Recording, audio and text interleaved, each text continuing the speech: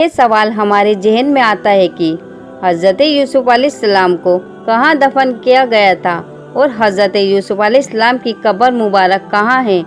کہا جاتا ہے کہ حضرت یوسف علیہ السلام کی قبر مبارک ندی کے بیچوں بیچ بنی ہوئی ہے۔ کیا ایسا واقعی میں ہے اور اس کے حوالے سے ہمیں کیا معلومات حاصل ہوتی ہے، آج کی اس ویڈیو میں ہم دیکھیں گے۔ ہم امید کرتے ہیں کہ آپ لوگ حضرت یوسف علیہ السلام کا نام سن کر اس ویڈیو کو آخر تک ضرور دیکھیں گے۔ جیسا کہ ہر مسلمان کو معلوم ہے کہ حضرت یوسف علیہ السلام اللہ تعالیٰ کے نبی تھے اور حضرت یوسف علیہ السلام کا ذکر عیسائیوں کی کتاب بائبل میں بھی ملتا ہے۔ آپ یعقوب علیہ السلام کے بیٹے تھے۔ حضرت یوسف علیہ السلام کا تعلق اگر دیکھا جائے تو انبیاء کرام میں سے تھا۔ آپ علیہ السلام کے اندر 11 سال کی عمر میں ہی نبی ہونے کے آثار دکھنے لگے تھے۔ ایک دن حضرت یوسف علیہ السلام نے اپنے خواب میں دیکھا کہ 11 ستارے، سورج اور چاند آپ علیہ السلام کو سجدہ کر رہے ہیں، اور جب یوسف علیہ السلام نے یہ خواب اپنے بابا حضرت یعقوب علیہ السلام کے سامنے ذکر کیا تو حضرت یعقوب علیہ السلام نے حضرت یوسف علیہ السلام کو یہ کہا کہ اپنا یہ خواب کسی کے بھی سامنے ظاہر مت کرنا۔ اس خواب کو کسی کے سامنے بھی سنانے سے منع کیا۔ قرآن کریم کی ایک سورت انہی کے نام پر ہے۔ سورہ انعام اور سورہ غافر میں بھی حضرت یوسف علیہ السلام کا ذکر آیا ہے۔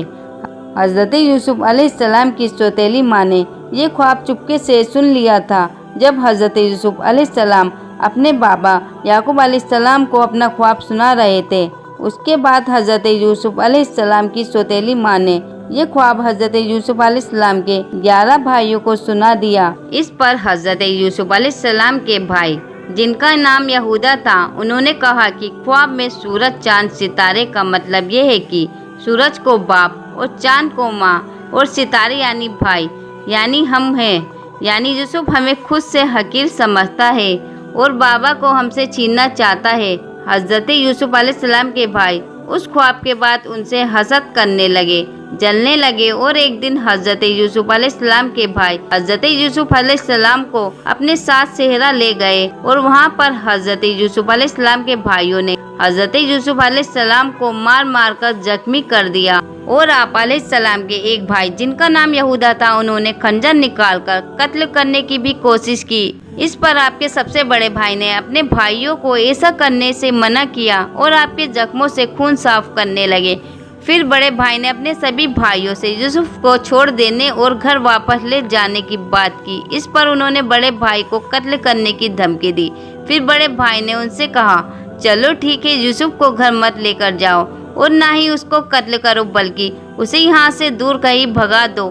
اس بات پر وہ سارے بھائی حضرت یوسف علیہ السلام کو لے کر صحرا کے ایک نمکین پانی والے اور گہرے کنویں کی طرف لے گئے اور یوسف علیہ السلام کو کنویں میں ڈال دیا، اور آپ کی قمیض اتار کر اس پر ایک بھیڑ کو قتل کر کے اس بھیڑ کا خون اس قمیض پر لگا دیا، اور اپنے والد محترمہ یعنی یعقوب علیہ السلام کے پاس اس خون بھری قمیض کو لے کر چلے گئے۔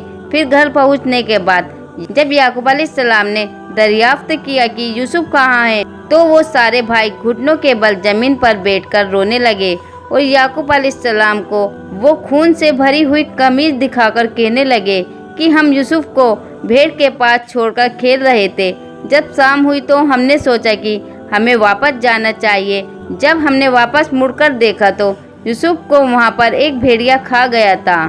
یہ بات سن کر حضرت یعقوب علیہ السلام روتے روتے اپنے حضورے میں تشریف لے گئے، اور کچھ ہی لمحوں کے بعد واپس آئے اور فرمانے لگے کہ اگر یوسف کو بھیڑیا کھا گیا ہے تو یوسف کی قمیض کیوں نہیں پھٹی۔